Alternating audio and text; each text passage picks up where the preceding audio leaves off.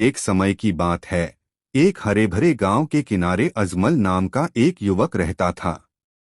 अजमल मेहनती और सीधा सादा किसान था।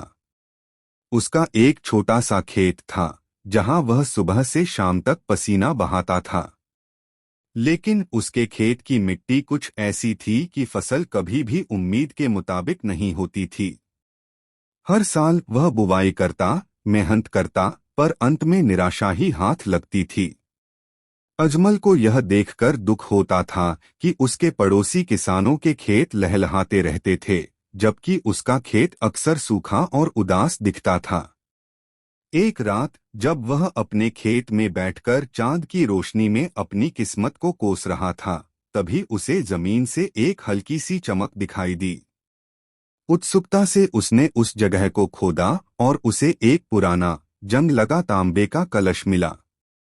अजमल ने कलश खोला तो उसमें कुछ भी नहीं था, बस एक सूखी हुई छोटी सी बीज। वह थोड़ा निराश हुआ, लेकिन फिर भी उसने सोचा, क्या पता इसमें कुछ खास हो। उसने उस बीज को अपने खेत के एक छोटे से कोने में बो दिया और रोज उसकी देखभाल करने लगा। अगले दिन सुबह जब अजमल खेत पर पहुंचा तो उसकी आंखें खुली रह गईं।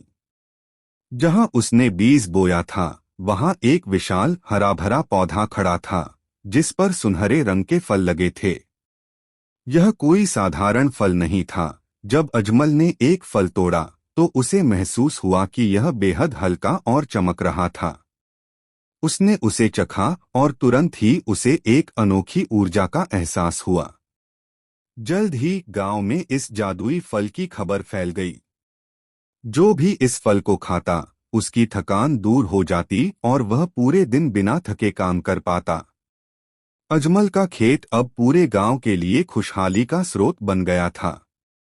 वह सभी गांव वालों को मुफ्त में फल देता और सबकी मदद करता। अजमल ने उस जादुई पौधे का रहस्य किसी को नहीं बताया। वह समझ गया था कि असली जादू बीज में नहीं, बल्कि उसकी उम्मीद और लगातार मेहनत में था। उसने हमेशा अपने खेत की परवाह की, भले ही वह सूखा क्यों न रहा हो। उस रात जब उसने कलश खोला था, तब उसकी उम्मीद ही थी जिसने उस बीज को जीवन दिया था। अब अजमल का खेत सिर्फ अनाज ही नहीं, बल्कि उम्मीद और खुशहाली भी उगाता था। वह गांव का सबसे सम्मानित व्यक्ति बन गया, जिसने न केवल अपने लिए बल्कि पूरे गांव के लिए एक नया सवेरा लाया।